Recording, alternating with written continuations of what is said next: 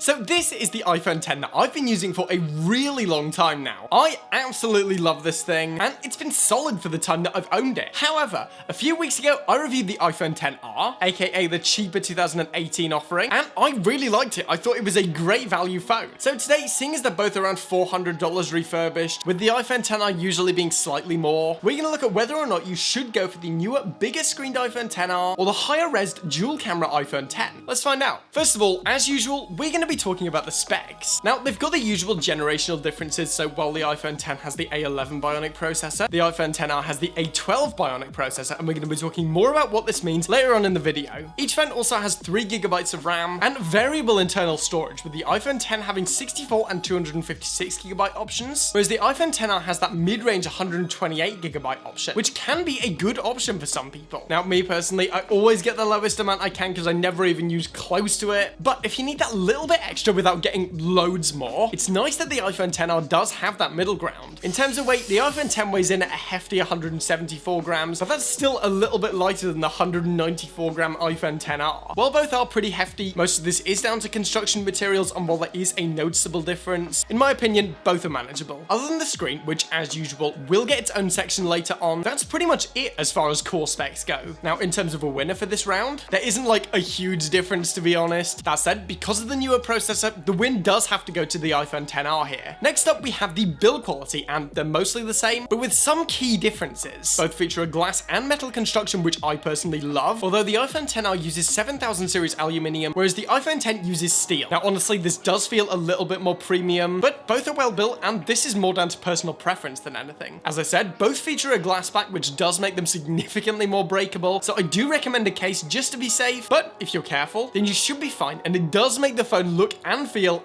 incredible. Both phones also feature an IP67 water resistance rating. What's that? An IP67 rating means that it can survive for 30 minutes in up to a meter of water. Now, I have used this before, and while I don't recommend relying on it, it is a good failsafe if you accidentally get your phone wet. All in all, however, both are pretty similar. Nice and premium, but because of the back, a little fragile. Moving on, we have the screen. Now, here you have a choice of either bigger or higher resolution. In terms of screen size, the iPhone 10 is 5.8 inches, whereas the iPhone 10R is 6.1 inches, and this does feel significantly bigger in my hand. In terms of resolution, however, the iPhone 10 has a 2436 by 1125 OLED display with a PPI of 458 and an absolute peak, so best case scenario, of 809 nits. Compared to this, the iPhone 10R has an LCD panel with a resolution of 1792 by 828, a PPI of 326 nits, and a typical peak brightness of 625 nits, so it's quite clear from the spec sheet that the iPhone 10 definitely has the upper hand here. That said, in terms of real-world usage, I'd actually say the biggest difference comes down to color and contrast. Blacks look richer, and the whole display just looks that little bit more contrasty, whereas the lack of resolution on the iPhone 10R's panel wasn't all that noticeable at the distance I usually use my phone. Another thing that I personally prefer about the iPhone 10 is that 3D touch. I've talked about this before, but in my opinion, that pressure-sensitive 3D touch will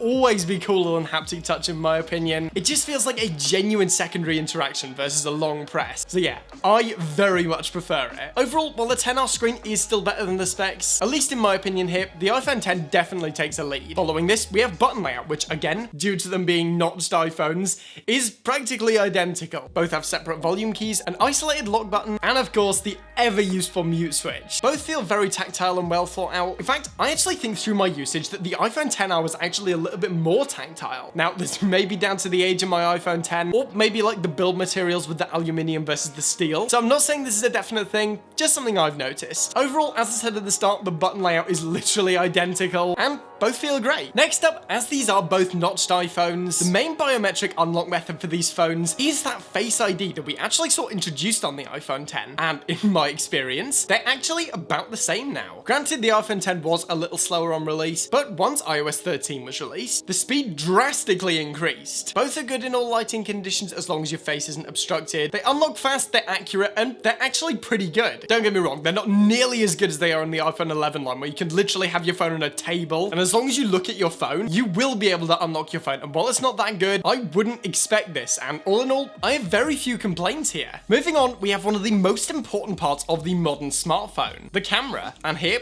there's some pretty significant differences. In terms of raw specs, the iPhone XR has a single 12 megapixel camera system with an aperture of f1.8. It also has that 7 megapixel f2.2 front-facing camera. The iPhone X, however, has a dual camera system. One 12 megapixel f1.8 main camera similar to the iPhone XR, but also an additional telephoto camera, and has an aperture of f2.4. The iPhone X also has a very similar 7 megapixel f2.2 front-facing camera, so it's clear from the spec sheet that there are some significant differences. However, what does this mean for performance? In terms of photography, it all comes down to two things. Do you need two cameras, and do you need the full portrait mode? If not, well, the iPhone XR is better. The images from the iPhone XR seem to be slightly more saturated with significantly better dynamic range, and when I was using this thing, I actually managed to get some really nice looking photos that I was actually quite impressed with. That said, the second focal point with the 2x lens is one of my favorite things about the iPhone X, and has been since I got it. Being able to get that second perspective is incredibly useful when I go out to try to take some good looking images. It's a feature that I use every time, and one that I very much like. Speaking of the telephoto lens, the portrait mode is also significantly better on the iPhone X. As long as you're a fair distance away from what you're trying to use the effect on, you can use it on anything. And annoyingly, this isn't the case for the iPhone XR. For some reason, it only works on people, and while I know there are third-party apps where you can unlock the full portrait mode on the iPhone XR, it shouldn't have to be this way. In terms of the front-facing camera, I'd say the iPhone XR is slightly better again, slightly more dynamic range and better color, but not by much. And if you really want to see quality, you shouldn't be using the front-facing camera anyway. So yeah, as I said at the start, for photography, it really comes down to what you want to be taking photos of when it comes down to which is better. But for some casual photos, both will do just fine. In terms of video, again, very similar here. Both shoot 4K up to 60 FPS, which I personally like to slow down to 24 FPS for that smooth cinematic look. I've used it before in my videos, and if you put in enough effort, you can actually make it look pretty good. In terms of slow motion, again, both can shoot up to 240 FPS in 1080p for that 10 times slower look if you slow it down to 24 FPS. And while this doesn't look great, but it can be useful for those like ultra slow-mo splashes all the same. If you need better quality, I strongly recommend switching down to 120 FPS, or